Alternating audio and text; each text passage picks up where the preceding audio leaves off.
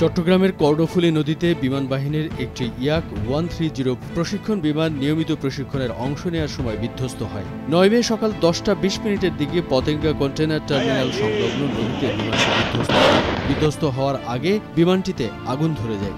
বাংলাদেশ বিমান বাহিনী জানিয়েছে তাদের প্রশিক্ষণ যুদ্ধ বিমানটি যান্ত্রিক ত্রুটির কারণেই দুর্ঘটনায় পড়ে এবং এই ঘটনায় pilot squadron leader Mohammad Asim জাওয়াদের মৃত্যু হয়েছে।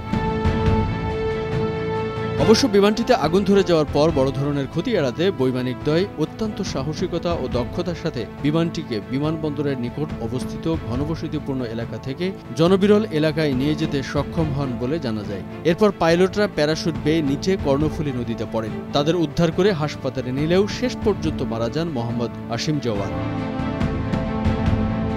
এদিকে আকাশে উড্ডয়নরত থাকা অবস্থায় প্রশিক্ষণ বিমানটিতে আগুন লাগার ভিডিও ফুটেজ মুহূর্তেই সামাজিক মাধ্যমে ছড়িয়ে পড়ে। এতে দেখা যায় বিমানটিতে আগুন লেগে কালো ধোঁয়া বের হচ্ছে।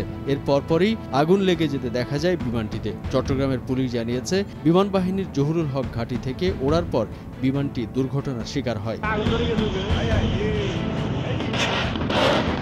একই মডেলের আরেকটি বিমান 2017 সালেও চট্টগ্রামের লোহাগাড়ায় বিধ্বস্ত হয়েছিল। সেদিন উড্ডয়নরত অবস্থায় আগুন লাগার পর দুজন পাইলট প্যারাশুট দিয়ে নিচে নেমে এসেছিলেন। পরে কর্ণফুলী নদী থেকে তাদের উদ্ধার করে বিএনএস পতেঙ্গা হাসপাতালে নেওয়া হয়।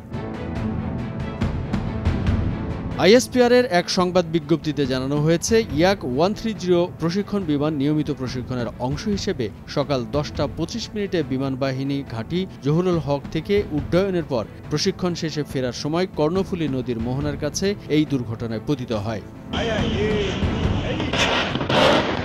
রাশিয়ার তৈরি এই কমব্যাট প্রশিক্ষণ বিমানটির মূল নাম দ্য ইয়াক ভলেভ ইয়াক 130, যা সংক্ষেপে YAK বা ইয়াক 130 নামে পরিচিত। দুই আসনের এই বিমানটি মূলত উচ্চতর প্রশিক্ষণে ব্যবহৃত হলেও যুদ্ধেও এটি হালকা মাত্রায় ব্যবহারের উপযোগী। বিশেষ করে স্বল্প মাত্রার আক্রমণে ব্যবহারের জন্য এটাকে কাজে লাগানো যায়। ইয়াক 130টির মান উন্নয়ন করে রাশিয়া 1996 সালের এপ্রিলে এর প্রথম ফ্লাইট পরিচালনা করেছিল। পরে 2010 সালে রাশিয়ার বিমান বাহিনীতে সংযুক্ত হয় 2 ইঞ্জিনের এই বিমানটি। রাশিয়ার সংবাদ মাধ্যম স্পুটনিকের খবর অনুযায়ী 2014 সালে রাশিয়ান ঋণ চুক্তির আওতায় বাংলাদেশ 24টি এ ধরনের প্রশিক্ষণ বিমানের অর্ডার দেয় রাশিয়াকে, যার আনুমানিক মূল্য তখনকার সময় প্রায় $800 মিলিয়ন ছিল। পরে অবশ্য অর্ডার কমিয়ে 16টি করা হয় বলে জানা গেছে। বাংলাদেশ বিমান বাহিনীতে মূলত 2015 সাল থেকে এই মডেলের প্রশিক্ষণ বিমান সংযুক্ত হয়। ওই বছর প্রথম ব্যাচে 6টি ওই বছরের সেপ্টেম্বরে বাংলাদেশকে হস্তান্তর করে রাশিয়া। 2016 সাল নাগাদ ক্রয়াদেশ দেয়া সব YAK 130 বিমান বাংলাদেশকে সরবরাহ করে রাশিয়া।